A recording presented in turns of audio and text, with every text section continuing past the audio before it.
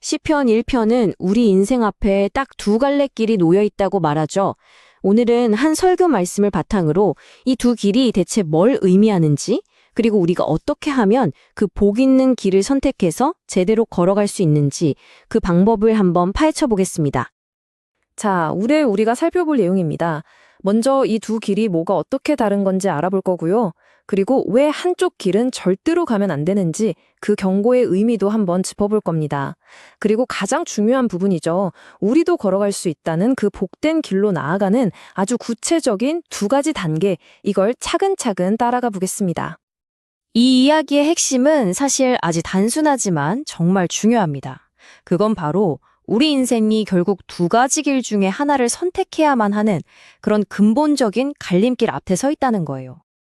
여기 비교된 걸 한번 보세요. 두 길은 아예 출발점부터가 다르죠? 한쪽은 세상의 기준, 다른 사람들이 하는 대로 따라가는 길이고요. 다른 한쪽은 하나님의 말씀을 내 삶의 내비게이션으로 삼는 길입니다. 당연히 이 두 삶의 방식은 전혀 다른 목적지로 우리를 이끌겠죠. 그럼 만약에 악인의 길을 선택하면 구체적으로 어떤 일이 벌어질까요?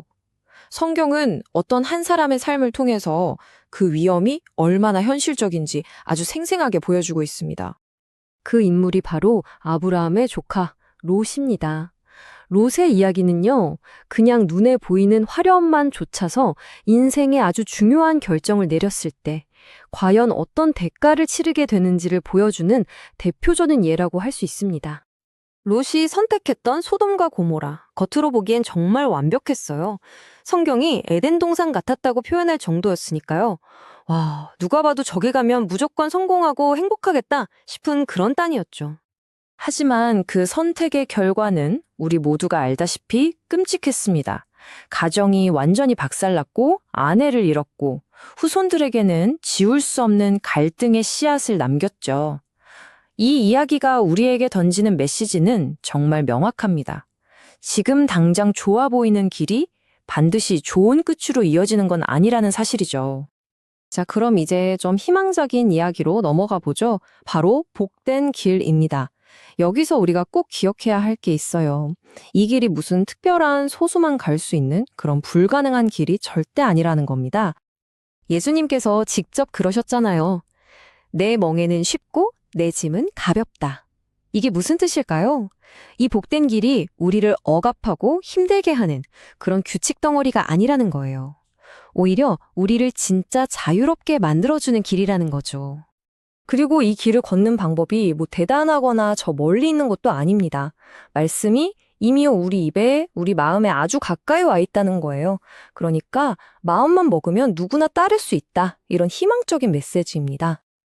자, 그럼 이 복된 길을 걷기 위한 첫걸음, 대체 뭘까요? 그건 바로 하나님의 말씀을 의무가 아니라 진짜 기쁨으로 발견하는 것. 여기서부터 시작됩니다. 오늘 우리가 살펴보는 설교는 여기서 오직이라는 단 한 단어에 아주 주목합니다.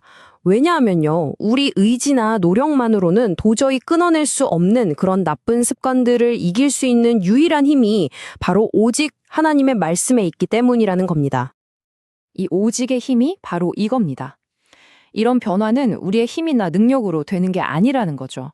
오직 하나님의 영, 다시 말해 진리의 말씀을 통해서만 가능하다는 일종의 선언과도 같습니다.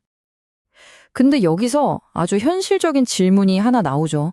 솔직히 말씀을 따르는 게 항상 즐겁기만 한가요? 어쩔 땐 숙제처럼 의무처럼 느껴질 때가 더 많잖아요. 왜 그런 걸까요? 설교는 그 해답을 체험에서 찾습니다. 말씀의 가치를 머리로만 아는 거랑 삶으로 직접 체험하는 건 차원이 다르다는 거죠. 그걸 진짜로 경험했을 때 비로소 우리는 그게 세상의 그 어떤 금이나 꿀보다도 더 귀하고 달콤하다는 걸 깨닫게 됩니다. 의무가 기쁨으로 바뀌는 바로 그 순간이죠. 말씀의 달콤함을 맛봤다면 이제 두 번째 단계로 넘어가야 합니다.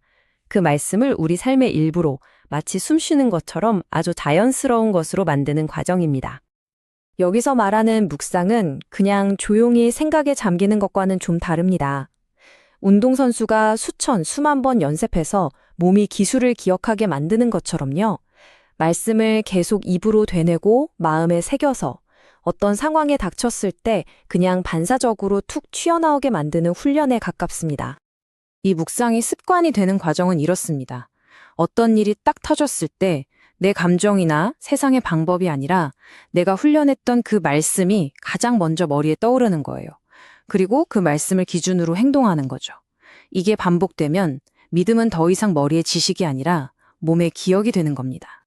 이 묵상의 힘이 실제로 어떻게 발휘되는지 보여주는 최고의 사례가 바로 다윗입니다. 그는 인생 최악의 위기 속에서 이 훈련된 습관이 한 사람을 어떻게 구원하는지 그걸 온몸으로 증명해냈습니다. 한번 상상해 보세요. 모든 걸 약탈당했고 온 가족이 포로로 잡혀갔습니다. 심지어 가장 믿었던 부하들이 돌을 들어서 나를 죽이려고 해요. 보통 사람이라면 그냥 그 자리에서 무너져 내렸을 최악의 상황이죠.